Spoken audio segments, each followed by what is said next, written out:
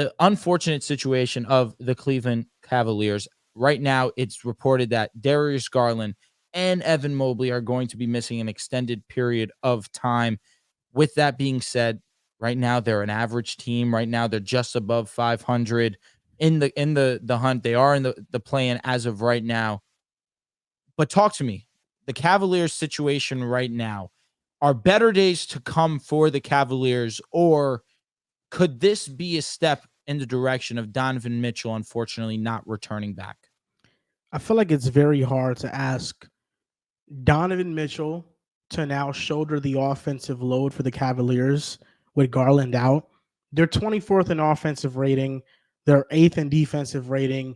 But really, that offensive rating number sticks out because they just have two players offensively that you can rely on, and that's Garland and that's Donovan Mitchell. Even with the moves they made in the offseason, getting Max Strus and getting Niang, those are good players, but those are good players once you already have an infrastructure in place. If you are relying on both of them to be your main floor spacers to make it easier on your guys on offense, that's asking a lot. So I look at this Cavaliers team. Evan Mobley is going to be out multiple weeks with a knee injury. He's getting arthroscopic surgery. Darius Garland is going to be sidelined multiple weeks with a jaw injury that he had versus the Celtics in a collision with KP. They have lost 3 straight games. They're 12-13 through 25 games. I think people should start panicking about the Cavaliers because Darius Garland, since Donovan Mitchell has got into town, he has not improved that much from a statistical standpoint. He has not broken out the way that he should, and that's because of the responsibilities that now get placed on Mitchell as a ball handler. Evan Mobley is still not developing like how you want him to on the offensive side of the ball. Jared Allen is kind of what he is. But really, this roster is just that. This is 4 players, I would say 5 counting Max Strus, that are actually good. Without those two, you're talking about a starting lineup of Mitchell, LeVert, Strus, Dean Wade, and Jared Allen, with the 2 role players being George Niang and Isaac Okoro. This just isn't a good basketball team. If the East was a little bit stronger, I would say I think they missed the playoffs, but I think they can stay afloat for a little bit in the East until they get back because the East is so weak, even though it's getting stronger. But this team feels like a playing team to me. And you look back to the trade they made for Donovan Mitchell, you had bigger aspirations.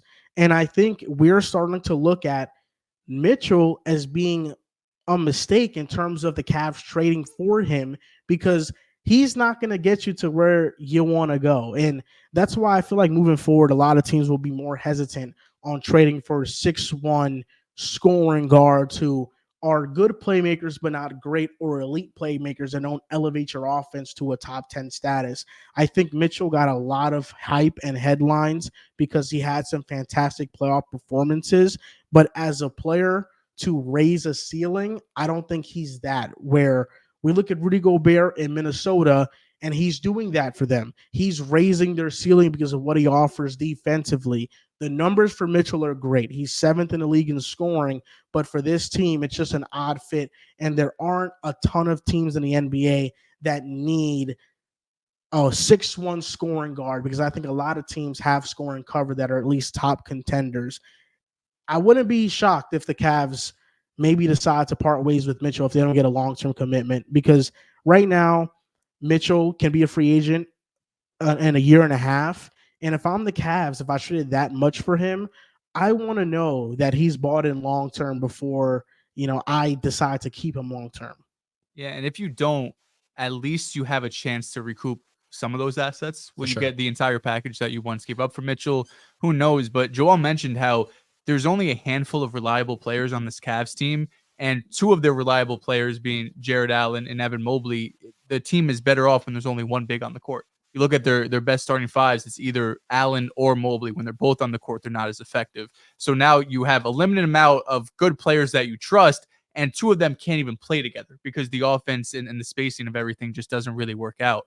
The Cavs, it did feel like after they lost to the Knicks in the first round last season, where they went into the matchup as favorites, slight favorites. It wasn't anything crazy, but they were expected, at least in Vegas's eyes, to win that series. And for the most part, they got dominated. For right? sure. They got dominated in all regards. It did not feel like a series where we're a Max Strus away. No. We're just 1 or 2 pieces away and we could be in it and get out of the first round. They got dominated in that Knicks series, and it felt like there would need to be bigger changes for them to move on, at least in the playoff setting. But the fact of the matter is they don't really have the ability to make a lot of moves. I mean, your core is pretty much set if you want to keep these 2 bigs. I would have been looking to move at least one of them, probably being Jared Allen. I think we all agree that Evan Mobley is going to be more valuable down the line.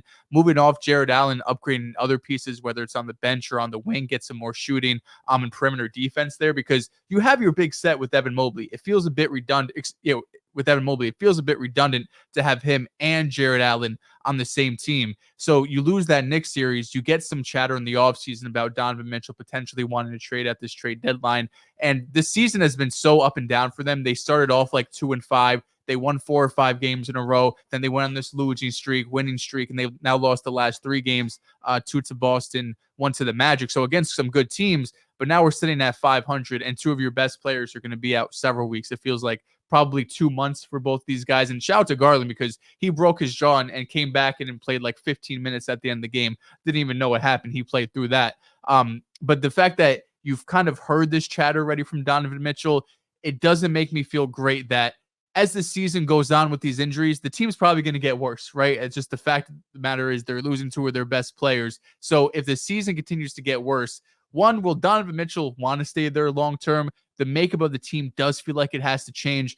I love Garland. Is he the perfect fit next to Donovan Mitchell? I'm not sure. And having those 2 bigs, like I mentioned, probably should move off one of them. And then do the Cavs look at this saying, this is a season that's going to get lost? If we're at the trade deadline 10 games under 500, what's the point of just trying it one more season, which will really be for a half a season next year? Because if by the trade deadline next year you're not playing well, Mitchell has to go, because you can't just lose him in free agency and not get back any assets. So you really are relying probably on this next month or 2 of games where if you're going to be struggling, it's probably better to bottom out, get some first round picks back, and then you can make moves in the offseason to go towards more of a rebuild. They have some young pieces you like. Garland and Evan Mobley is a pretty strong starting point for a rebuilding team. It's unfortunate that you gave up all of these assets and all you have to show is probably it's going to be one playoff series where you got your ass handed to you. But I think in the long term, look at the Cavs organization, it might be the best move to move off Mitchell if you can continue playing around 500 or worse basketball.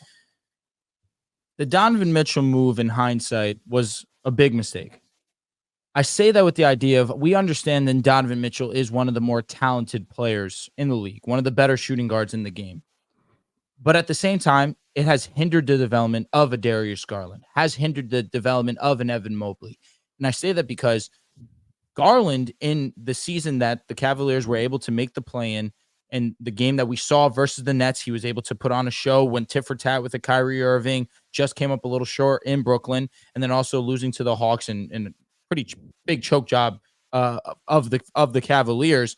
But we saw Darius Garland start to ascend into one of the better point guards in the game.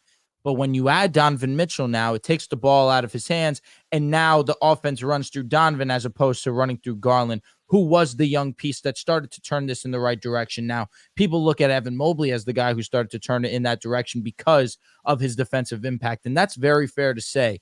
But people also had the idea that Evan Mobley would one day turn into this Anthony Davis type player, and we'll start to see his offensive game start to develop. At this point in time, that's becoming a long shot. Yeah. Offensively, I don't know if he has the capabilities to stretch the floor like that. I don't know if we'll ever see his aggressiveness be that to what people wanted it or thought it could be. You say redundant with Jared Allen. I understand where you're coming from because of their builds. But when you look at Mobley on the defensive side, he's able to also extend out to the perimeter, where it's similar to a Jaren Jackson and a Steven Adams, where Steven Adams' role is to protect the paint, be that shot blocker, get rebounds. That's kind of Jared Allen's role at this point, where we see Evan Mobley stretch out, also be a very strong presence down low too. But he has versatility there, which is why I'm still on the side of keeping Jared Allen, just because he can also just be that extra presence down low. It's just offensively, though. You're 100% right. You are 100% right in that regard. That's not Mobley, because we thought that a lot of people coming into that draft saying he doesn't have it now, but he could, kind of grow into that. Now, people are going to look at it right now and say, well, how can you be blaming Donovan Mitchell when Garland's the one that's going to be out for some time and Evan Mobley's also dealing with injuries too? Now, I say in hindsight because you gave up how many first-round picks? 5. Lauri Markkanen on top of it too, who only blossomed after leaving the Cleveland Cavaliers, and that's pretty unfortunate for Cavaliers fans, but at the same time, we live in hindsight. This is just the truth. And you were a first-round exit. So you traded Lauri Markkanen, you traded 5 first-round picks to make it actually into the playoffs this time, but win the same amount of playoff series, which was 0. And now, a year removed from that, you guys are back in play-in contention that you were with Darius Garland and Evan Mobley as the 2 best players on your team. So to me, I'm looking at this move from the Cleveland Cavaliers, trading for Donovan Mitchell in 2023 in hindsight, as a mistake to the Cavaliers. They need to do everything they can to try and get rid of Mitchell so that they have some kind of pieces to look forward to in the future, because there's no doubt in my mind Donovan Mitchell is trying to walk away from the Cleveland Cavaliers. He's trying to get himself on another team, whether that's the New York Knicks, whether that's the Miami Heat. I don't see a future where Donovan Mitchell is long-term committed to the Cleveland Cavaliers, especially if they don't make any type of noise come playoff time. Joel, do you want your Knicks to finally make that move? The spider. Absolutely. I still want the Knicks to make that move, and I think the Knicks will make the move. A couple of days ago, I saw Woj put out a report that the Knicks are very much in the hunt to get a star-level player. They want to take that next step in the Eastern Conference. I'm still not the biggest fan of a small backcourt, but I think the offense would be so amazing with Brunson and Donovan Mitchell that I think you take the swing. And if there's a swing to be had, it's with Donovan Mitchell. He wants to be in New York. He's always wanted to be on the Knicks. Danny Ainge didn't want to trade him to the Knicks because there's some friction there. But if I'm New York, RJ Barrett goes 100%. I mean, RJ Barrett. There was throwing RJ Barrett in trades. Knicks fans after a hot 10, 15 games. Don't do this. RJ, he's please. breaking out. He's Star J. And then what happened? He starts going down again. I know RJ Barrett. That's why. I know who he is. I know he's inconsistent. I know what he is and what he isn't. And what he isn't is a star in this league. He's not good enough to be a star, and his fit with other stars is very odd. So if I'm the Knicks, I'll call up the Cavs and I'll say, I'll give you RJ Barrett. And if that's not good enough, I'll give you Quentin Grimes. So I'd give them RJ. I'd give them Grimes. Damn, you're willing to give up QG. A couple picks in there too. No, a couple bad games, a couple bad months of basketball picks from QG. No, you need to give up picks. Of course, picks will be given up. Quentin Grimes is frustrated with his role on the Knicks. I think if he goes to the Cavs, now Cleveland would have an amazing defender, a player who can space the floor and can also create off the dribble, which is something that he hasn't been able to show off with New York. And then RJ Barrett can be your starting 3. And I think that's fine because right now it's just they're trying to see who goes out there, whether it's a Curro or Max Strus or whoever else. I think if RJ goes there, he can be your starting 3. And now you have something solid and you have picks for the future, and you don't have to worry about Donovan Mitchell wanting out in a year and a half. So that's, I think, the move that the Knicks can make. And I think it's good for both teams. You know, I think Mitchell at this point is too much stress that comes with him if you're the Cavaliers. It's just too much right now. Because there's expectations. When you traded for Donovan Mitchell, your expectation now was to win playoff series, to contend for the Eastern Conference. Now, if you looked at the Cavaliers, you should have known that they still were their ways away because they were a young developing team. But like I already said, with Donovan Mitchell, it hinders the offensive development because he deservedly has the ball in his hands a lot. But these pieces that you put around Donovan that you thought that could succeed with Donovan haven't been able to trend in the direction that they were trending towards before him because they are still young in this development process, and because the ball needs to be in Donovan Mitchell's hands because he's very obviously the best offensive player, but he's not helping their three-point shooting. They're still one of the worst of three-point shooting teams in the league. He's on 8 attempts, I think shooting just under 35% as well. So to me, He also is a piece of the problem to them as well. But at the same time, they could do a better job of surrounding him with better offensive talent. Their identity is primarily defense. But when you have such a great offensive talent in a Donovan Mitchell, the expectation was that it was supposed to be Garland and Mobley to take this inevitable jump. But since they haven't, and now they're also injured at this point, it's tough sledding for the Cleveland Cavaliers. And I only see them getting out of this hole by trading Donovan Mitchell and trying to get better pieces to build around for the future. It'd be an interesting fit if he ended up with New York. You have Jalen Brunson there, so you're still like Joel mentioned. It's like a Garland. It's a Garland Mitchell combination. Yeah, kind of like Brunson. I think is a better player than Darius Garland, but you do kind of have maybe the same issues, at least in the playoffs, and where you have a smaller backcourt, two guys that are primarily scorers, and then of course you have Julius Randle there too, who is obviously going to demand the ball a ton. Yep. That's the main way he's going to score. That would be a. It sounds good in theory, but I think the fit could get a little clunky too in New York. Fair enough.